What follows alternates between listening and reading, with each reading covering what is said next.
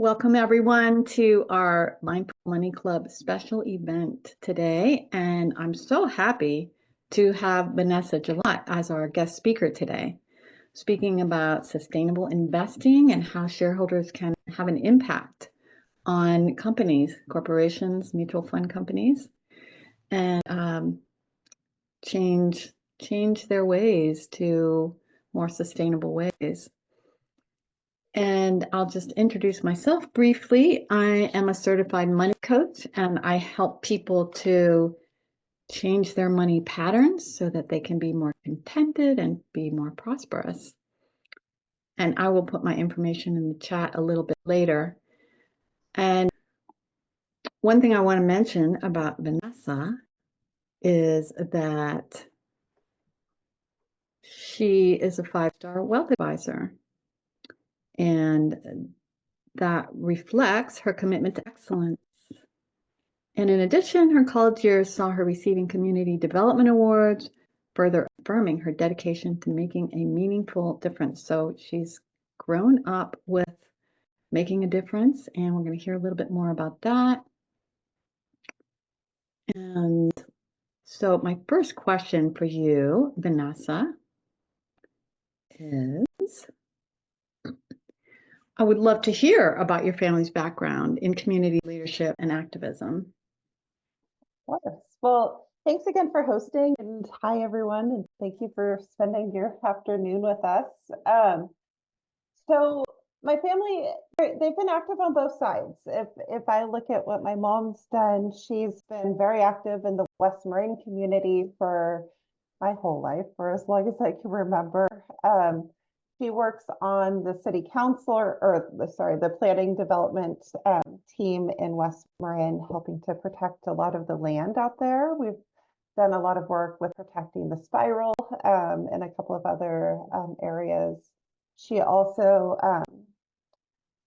done quite a bit of work with the disaster preparation team in West Marin and has led that team for many years.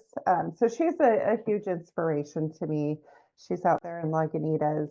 And then on my father's side, we're Chippewa, and they're from the Rocky Boy Reservation in Montana. And pretty much everybody from that side of the family has been active through various different avenues through the tribe.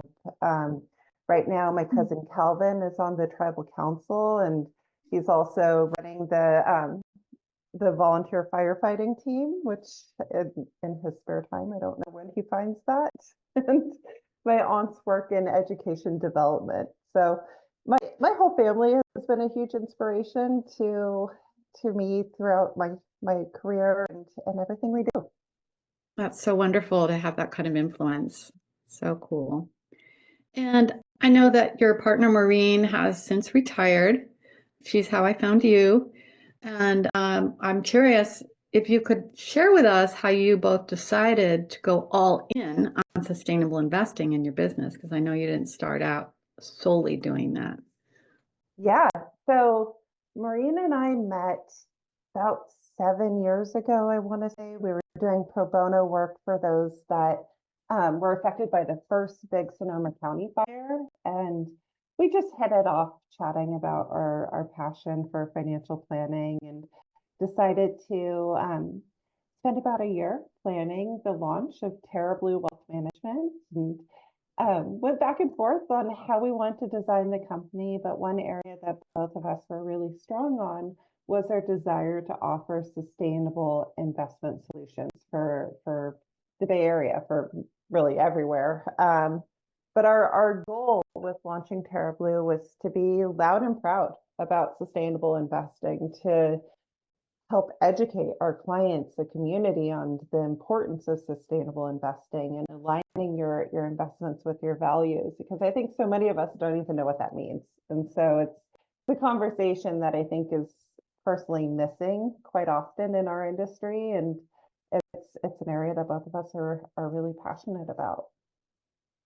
Yeah, I just so admire that decision that you both made, and being at the forefront of that level of commitment. It's really great. So just For those of us who might not fully understand, can you explain sustainable investing versus ESG investing, and the difference between companies that are doing it, quote, right, and those that might be doing it with less integrity? Of course.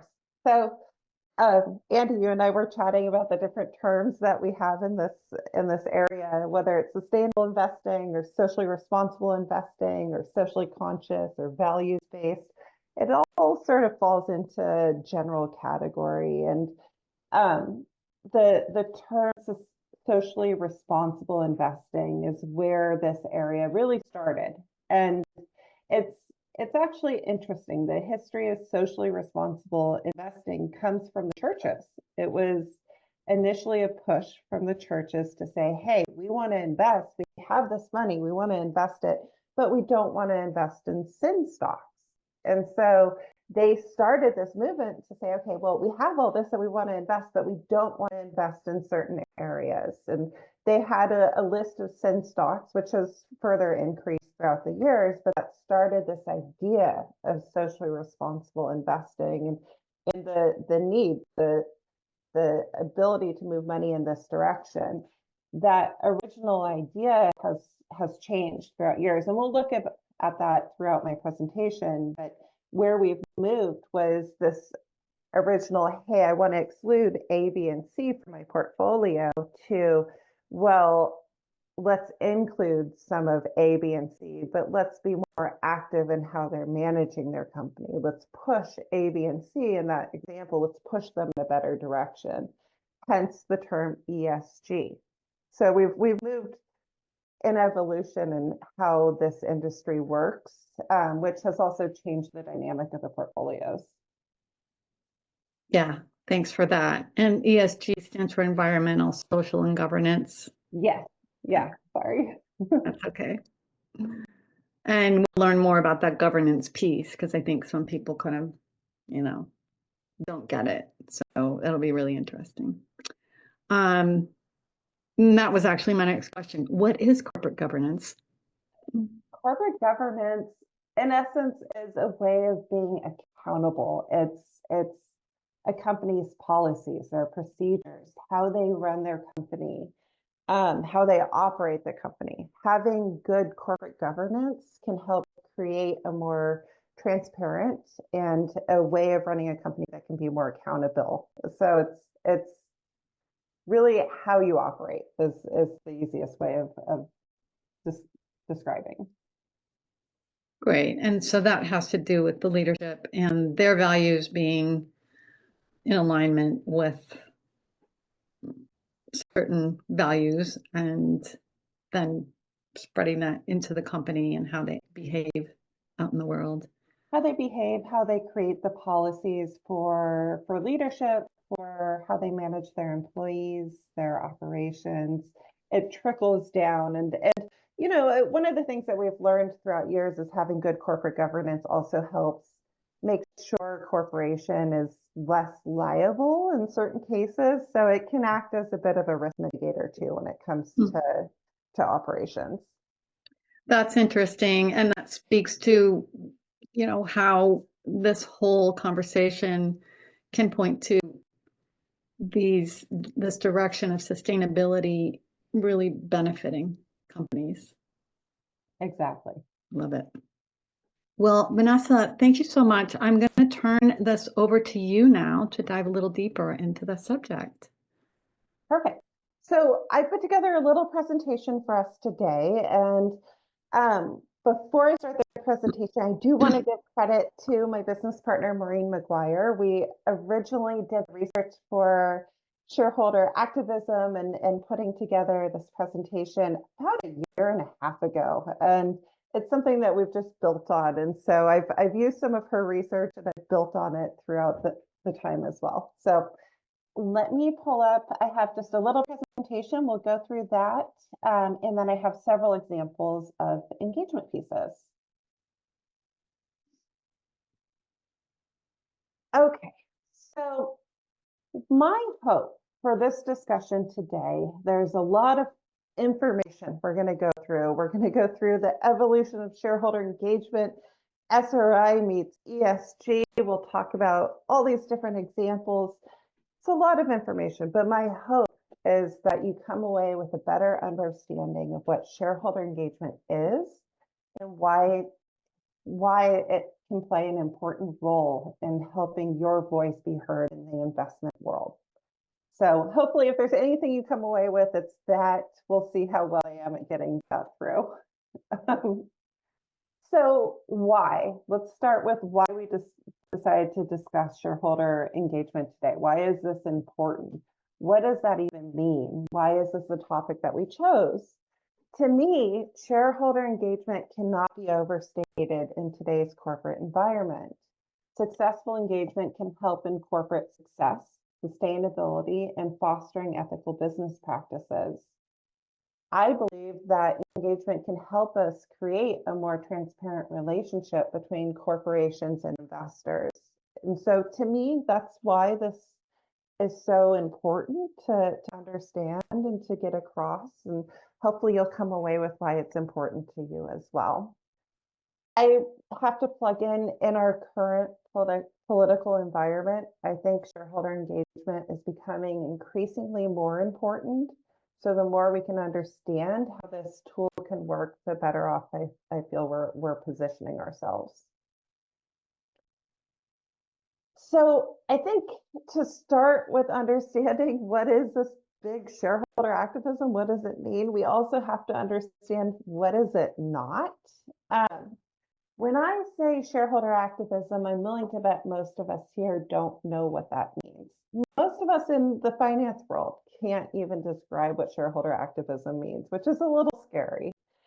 If I ask anyone here, what is environmental activism? You probably have a definition. If I ask you, what is animal rights activism? We know what that means. If I say, what is political activism? Well, we know what that means too. But shareholder activism is this hard term that a lot of us don't quite understand. So I think it's important to start there. What does it mean? Let's define it. And let's start first with what is it not? Now, shareholder activism, if you own an investment, you are a shareholder. I'm willing to bet most of us here have at least one investment out there. If you own a piece of publicly traded stock, if you own an ETF, if you own a mutual fund, you are a shareholder, which means that you have a voice at the table. So how do we use that voice? So I put together this slide starting with, what is not shareholder activism? What is not shareholder activism is this idea of exclusionary. So we have exclusionary or inclusionary. So getting back to what is socially responsible investing and ESG and all of these terms, again, where our industry started here was with socially responsible investing as a church movement to say, okay, well, we want to invest, but we don't want to invest in sin stocks. And that definition of socially responsible investing has changed over time. And so we moved in the industry from this, I don't want to invest in a certain particular area to, okay, well, I'll invest in these areas, but I want those areas to improve their policies, their procedures, how they're treating the environment, their employees. There's measures that we want to see improvements on. And that's how we move from that term SRI, socially responsible investing, to ESG, environmental, social, and governance. It's the analysis that we do behind the investments that we take on. Now, some other examples of how consumer choices can drive change that are similar to how we look at socially responsible investing. I chose two examples to show here. One of the earliest examples of successful consumer activism was a campaign in England in 1791 to boycott sugar. And so if I look all the way back to 1791, the idea of boycotting sugar, the idea here was we're going to boycott sugar that came from slave plantations. And the hope there was to put pressure on the parliament to make drastic changes. And I think this is a great example of early consumer activism campaigning against unethical practices. It took 60 years to see a big change, but it brought the need for a change to the forefront. Another example we can use here is the United Farm Workers Union protest. The idea here in the 60s and 70s was to increase awareness of farm workers' rights and labor conditions. This is a big movement that we saw through Dolores Herrera and Cesar Chavez. These are wonderful examples that share similarities to SRI, the socially responsible investing, in that they're exclusionary. They say, hey, we don't want to buy grapes in the United Farm Workers Union protests, or we don't want to buy sugar, and we're demanding for change in order to continue purchasing those products. They're exclusionary, but they have results, which I think is fantastic. But is that shareholder activism? No, because you have to buy the product in order to be a shareholder in those examples. So these exclusionary tactics, although they can be successful and a wonderful way of engaging, they're not considered shareholder activism. So in those cases, they chose not to invest, and therefore they're not shareholders. Not to say that's wrong. It's just if we're focusing on shareholder activism, you do have to own that particular product. So to shift gears and talk a little bit about shareholder activism and where it started and where it's moving, I think can help show why this has become more important over time. So as with anything, we have an evolution, and with shareholder activism, where we used to focus a large part of our energy was around short-term profits. And, you can see this through several different examples. I pulled one example from 2013 through Carl Icahn's involvement in Apple. And so we all know Apple, most of us have iPhones. And so Carl Icahn, a large hedge fund manager, made it very public through making an announcement on Twitter in 2013 that he took a large share of Apple. And so he made that public, saying, hey, I took this large position in Apple. I think that Apple is undervalued. He put that out there on Twitter. Behind the scenes, Carl Icahn was advocating as a shareholder to Apple's board of directors, saying, hey, your shares are undervalued. You have all this excess cash. Why don't you use some of this excess cash to buy back shares that will increase your value? And so through what he was doing behind the scenes and putting it out there and in social media at the time, what resulted was Apple initiated a $60 billion share buyback. They increased that to $100 billion by 2014. And this is largely seen as a concession to Carl Icahn's demands, which I think is a wonderful example of a short-term profit leading your push to be active in your shares. It's a great example in that area. Now, if we're moving towards long-term effects of change, so as evolution has changed, now we're focused more on what's the long-term effect of what I'm going to do as a shareholder, then I think how your voice is used becomes even more important. So if we go back to where we started, if you own an investment in any particular company that's publicly traded, if you own an ETF, if you own a mutual fund, you are a shareholder. How are you using your voice? If we use the ETFs or mutual funds as examples, although you might not be voting in all of the proxy votes and being active as a shareholder, the company that put together that investment for you, whether it's Vanguard, Green Century, Calvert, wherever that ETF or mutual fund came from, I'm willing to bet they are active shareholders. So how are they using their voice, especially towards these long-term effects?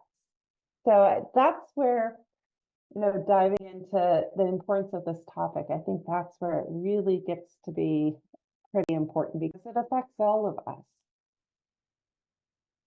So I pulled together several examples, and I'm going to use a lot of names today, so bear with me, but I think it's important to use real life examples from corporate engagement reports and some shareholder wins to drive in this point. So this is taken from Calvert. Calvert is a subsidiary of Eaton Vance. Calvert was one of the first players in this area and continues to be one of the largest players when it comes to sustainable investing. What they put in their 2023 engagement report, which this is a public report that you can pull up if it's ever of interest. What they stated was, responsible investors work within and help strengthen a set of global norms. These global norms expressed in agreements such as the United Nations Sustainable Development Goals, United Nations Principle for Responsible Investment, and the Paris Climate Accord provide a framework for investors and businesses to create a model to create a more just and sustainable world. Critical to these efforts is a robust program for engaging corporations on material ESG issues, which is more essential now than ever before. And I would like to re-emphasize that more essential now than ever before. This was written in 2023. We had no idea what 2025 was going to look like, but if we look at what's happened so far in the last 3 weeks, I think this is even more essential and important today. So this was, again, from the Calvert engagement report. Many other companies have similar engagement reports, but given that Calvert has been a major player in this landscape, I think they're a wonderful resource to use as examples here. So we'll continue using Calvert in some of our examples of how they engage with companies. This piece, I know it's hard to read. It's from that same engagement report if it's of interest, but just breaking down some of the important parts of this page of their engagement report, this shows how they focus their engagements. So if a company puts out their engagement report, it will tell you how they're using their voice at the table. So again, if you own, let's say, an ETF or a mutual fund that's from Calvert, then you know as a shareholder, this is how Calvert's using their voice on your behalf. So understanding a company's engagement, I think, is important if this is of interest to you. So how Calvert has listed their engagement in this report is that they target areas where they can identify positive change opportunities. They set objectives at the company level to help support transparency and to help result in tangible performance improvements. So essentially, they're creating measurable, meaning SMART, if you know the term, SMART ESG goals. They want to be able to measure the results throughout their engagement year after year. And then they also state their goal here is through long-term engagement, and they will collaborate with the company, but to an extent.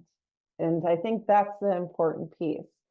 What that means is, yeah, they'll meet with the company, they'll collaborate with the board of directors to help push for these SMART, the measurable ESG goals.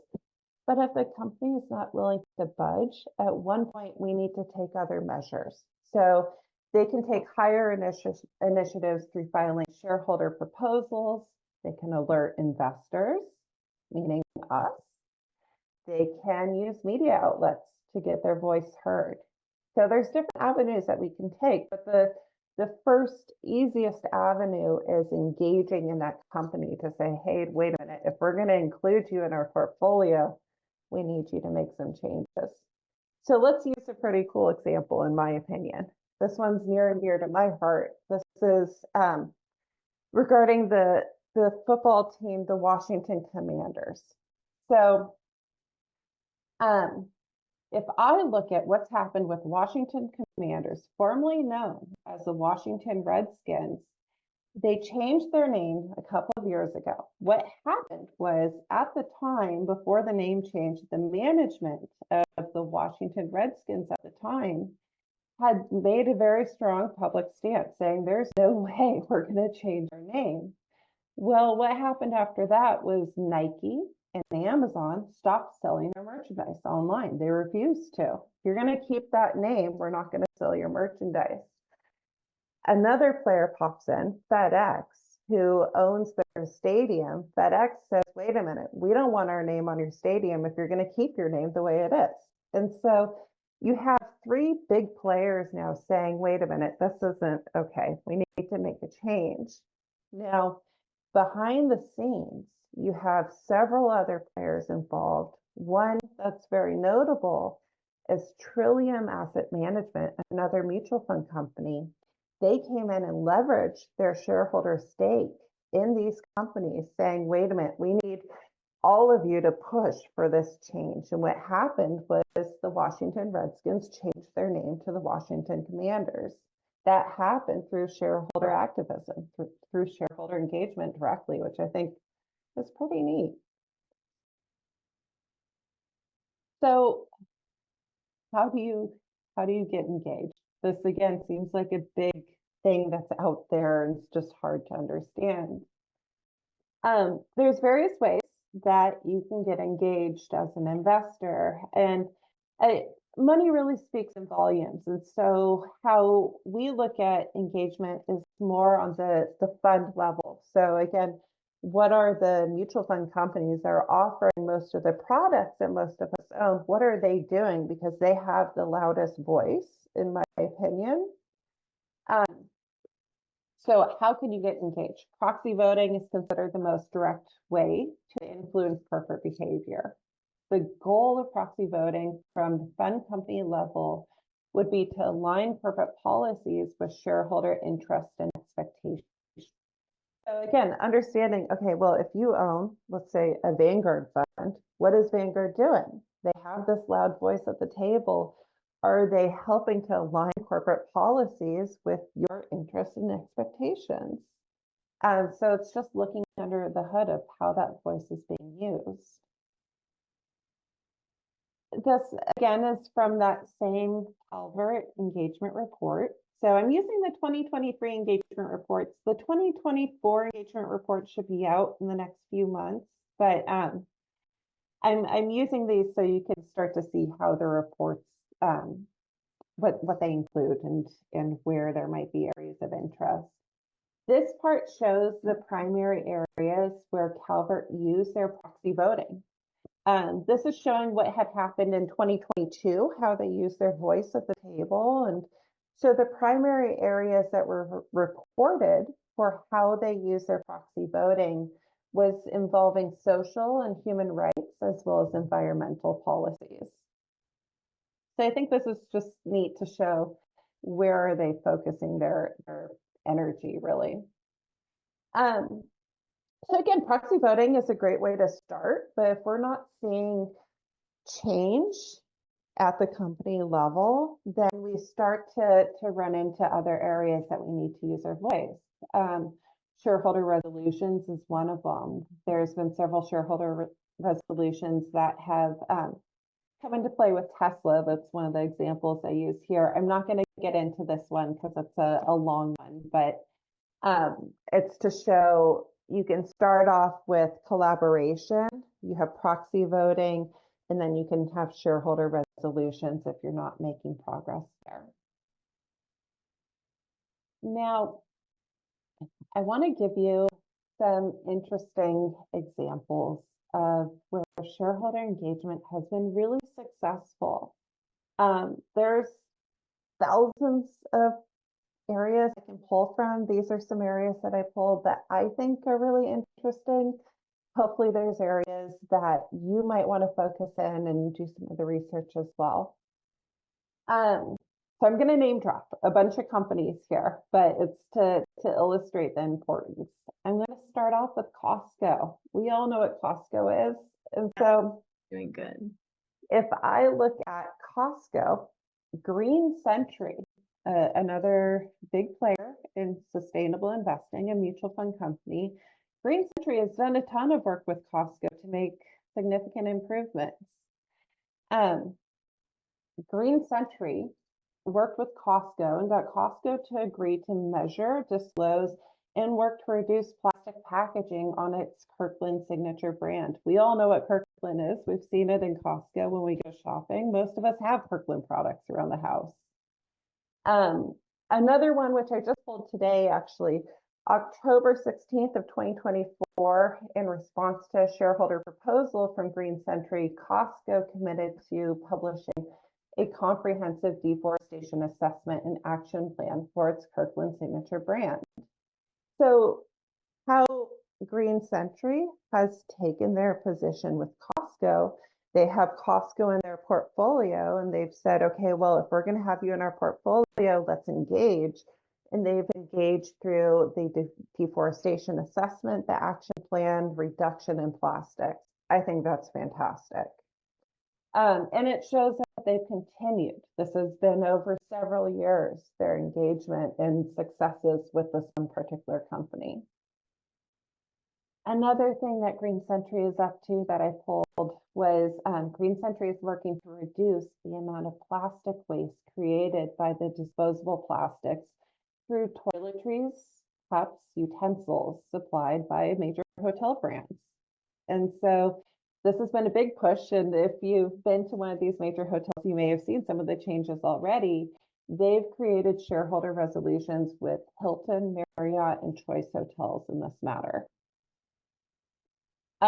I love Green Century personally. I would use them as my focus point to all day long if I could. But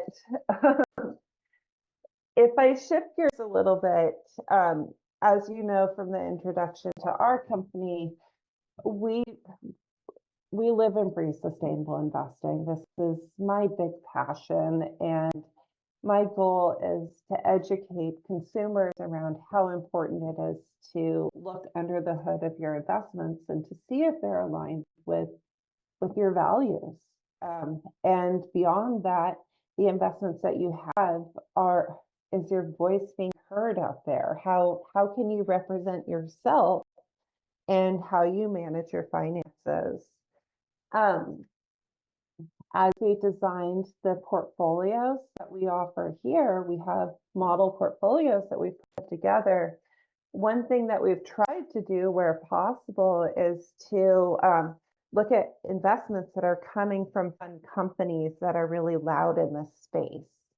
And so my hope there is that our voice gets louder and louder as we grow. So what I did was I took some examples of shareholder engagement using some of the funds that we have in our portfolios to show these are the engagement stories that we're seeing for our own clients. How we pull a lot of this information is through a reporting tool called Your Stake. Your Stake can pull shareholder engagement reports. It can show where your values are represented in your portfolio. And Susan, you have the link to our values survey. It's pretty neat, in my opinion. You can take a survey that asks some various questions and then see, based off of your questions, how are your values represented or not represented in your portfolio. You can use this tool to see if you want to make changes or if you're happy with what you have. And we use in several different ways, but to give Your Stake credit, that's where I pulled our engagement stories from some of the holdings that we have. So I'm going to use a few more examples before I lose you to too many names here. But one of the companies I'd like to start with is Nuveen. So Nuveen has a couple of stories that I focused in on here. It's another big mutual fund ETF company. With Nuveen, they started in 2021 engaging with Kroger. They engaged with Kroger around issues of food deserts as part of their racial equity initiative in 2021. Since their initial engagement, I apologize, I'm going to have to read some of this. It's a lot of research I did. But since their initial engagement, Kroger has tried to address health outcomes for its consumers in a holistic fashion. This includes not only educating through nudge strategies to try and bring healthier choices to their consumers, but they've also engaged through local wellness centers in their communities that they operate in. So that's one example I pulled for that company. I pulled a couple of examples for Impacts. Impacts Asset Managers is another mutual fund company.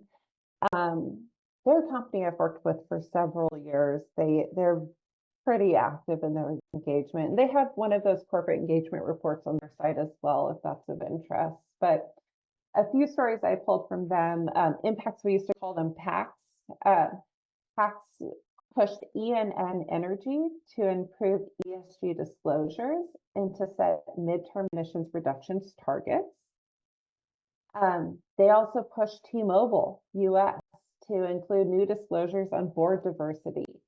They also pushed T-Mobile US to add 3 women on its board. Another story is PACS also pushed Kubota in Japan to appoint its first female board director. And then one of the last companies I wanted to pull some stories from is Parnassus. Parnassus is another fun company that I think probably most of us have heard of in some way, shape, or form. But Parnassus, a couple of stories for them. They pushed Union Pacific to publicly commit to not discipline employees for taking sick leave. I think that's incredibly important. They pushed NVIDIA. We've all heard about NVIDIA at this point.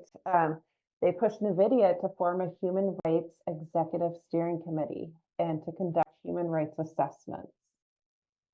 They pushed Progressive, the insurance company, and that group to disclose environmental data through CDP for the first time ever. One story that I think is really neat from Parnassus is through the company called Viva. Viva, in 2021, a leading supplier of cloud-based solutions for the global life science industry, became the first public company in the US to convert to a public benefit corporation called a PBC. Through this conversion, it was a shareholder vote, and 99% of its shareholders voted for approval of this decision, which is unheard of. That's just crazy support. How they did this was they solicited Parnassus to help them, consult them, and guide them through this process.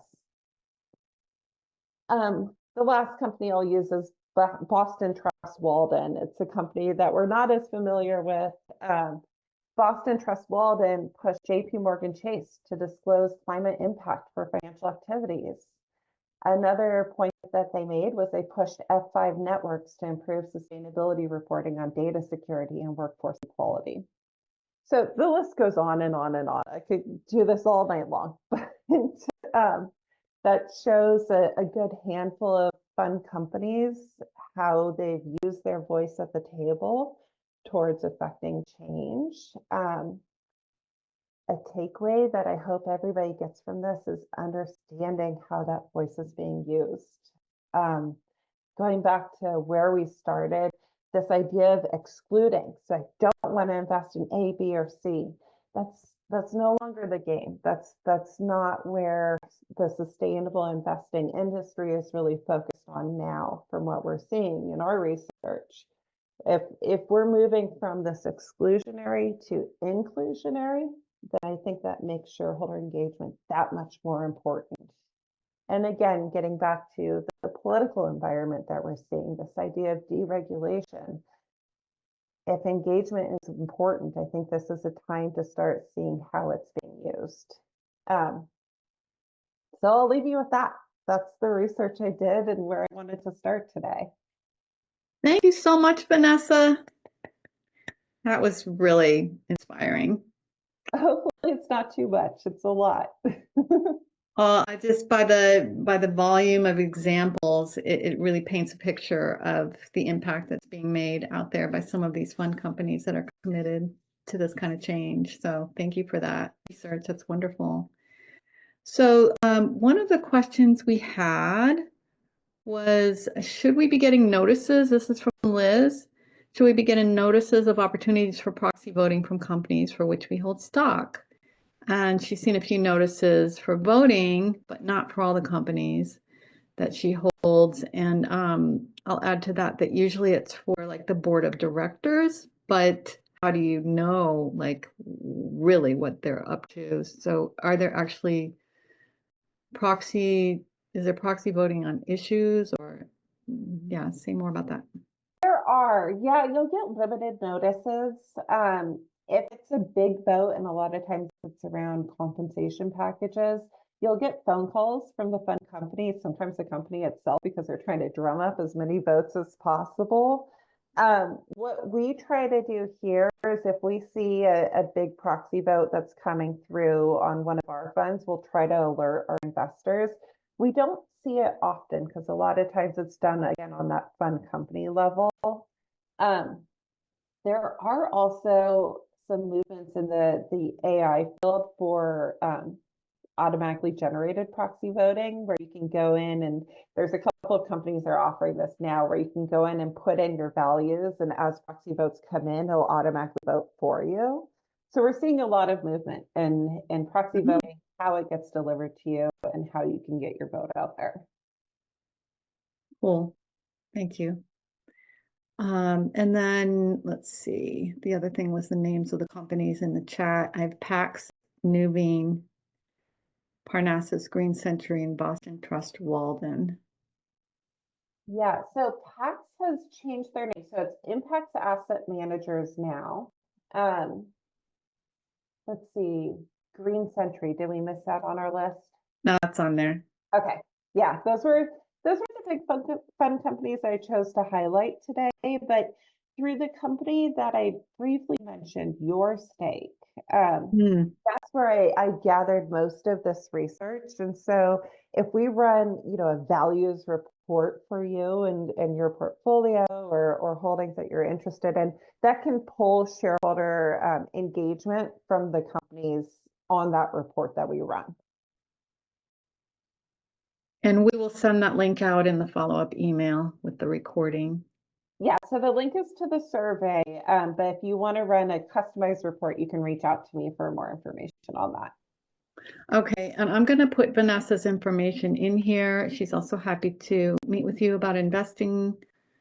Vanessa is a certified financial planner, and she also has a chartered retirement planning counselor certification or designation. So that gives her that power to tailor things for each individual. And yeah, I'm going to grab her information here. And there's also an appointment link.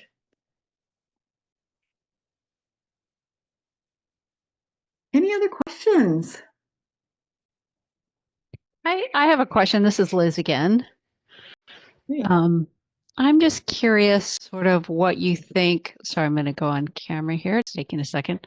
Given the new political environment in Washington, do you think people are going to double down and go more for these kinds of green funds? Do you think companies are going to get less socially conscious? Is there anything that you could tell us based on sort of what happened last time the crazy guy was president? I have a lot of thoughts in this area. I'm going to try and bite my tongue on most of them, but I would like to hear your frank opinions. yeah. My hope, my general true hope is that because of the political environment we're in, people get louder. If we have deregulation going on politically, how can we get louder as shareholders? How can we hold corporations more accountable to what they should be doing? So that's my hope. Whether that will happen, I don't know. But my also hope, that's not the best way of phrasing it, but I also hope that through focusing on sustainable investing, that we're able to weed out a large majority of the companies that would choose to move in a not so favorable direction when it comes to how we treat our environment and our employees. I mean, it's just discouraging to hear some of the major corporations that are rolling back DEI. Right. And the ones that are not, like Apple and Costco, right on. So Well, how do we pressure them?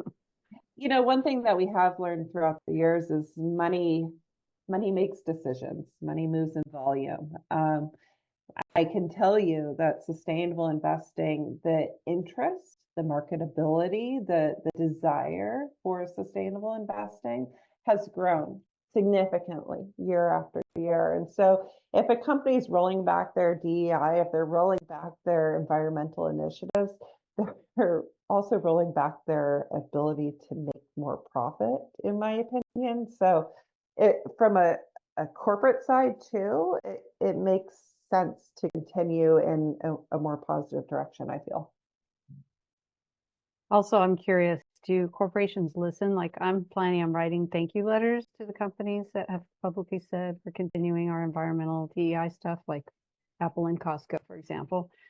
Do they care about that, do you think?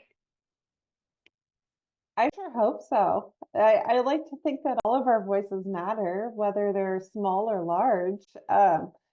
The more speaks in volume, I think it's important to send that to the companies themselves, to send that to the companies that are investing in those companies, that having that trickle down effect, I think is really important. I think that's wonderful that you're doing that. Right. Great idea. I'm on some activist networks and groups, and I've been writing to my representatives every day and Congress people pretty much every day and calling them about all the nominations and stuff. So I think I will also invite people to write to those companies that are standing fast I with think that's human wonderful. principles. It's wonderful that you're doing that. I see some content for a YouTube channel here, Liz. Oh, there are a ton of progressive voices out there that can I just highly recommend Jessica Craven. She's phenomenal. She does a newsletter and she has an activist like actions every single day that you can take. Jessica Craven, she's awesome. She's on Substack, YouTube, etc. Thanks for that. Yeah, she's amazing. Anything else? No question is, stupid or. Go ahead, Jenna. Oh, it could be unrelated, but I move my residence a lot, and I was wondering, is shareholder activism mostly still like within your own country and the government, or can you, other than like just buying shares of the company that are doing internationally like the right things, but just curious how active it is with like international. Regardless of where you live, if you own shares in a company, you're still a shareholder. It doesn't matter. I have clients that live internationally that are still just as active shareholders as my clients that live down the road for me. It's you have to own the company to be considered a shareholder. But besides that, it doesn't matter where you live. You still have that voice. Thank you. Thank you for coming, Andy.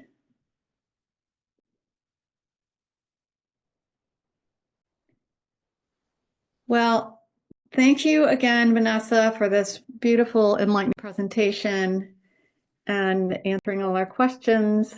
We will send the recording out, and I'll also do a summary of some of the points. And this is the Mindful Money Club. I will be holding events every month, and next month we'll be focusing on mindfulness and how that relates to our relationship with money. So I'm just going to zoom right in on that topic next month. And if you're not on my list, I'll go ahead and put my information in the chat here. Most of you are on my list, but there it is. Oh, and there's my picture. So thank you again. Thank you all for being here. And until next time. Wonderful. Thanks, everyone. Thank you very much. Really appreciate it. Bye.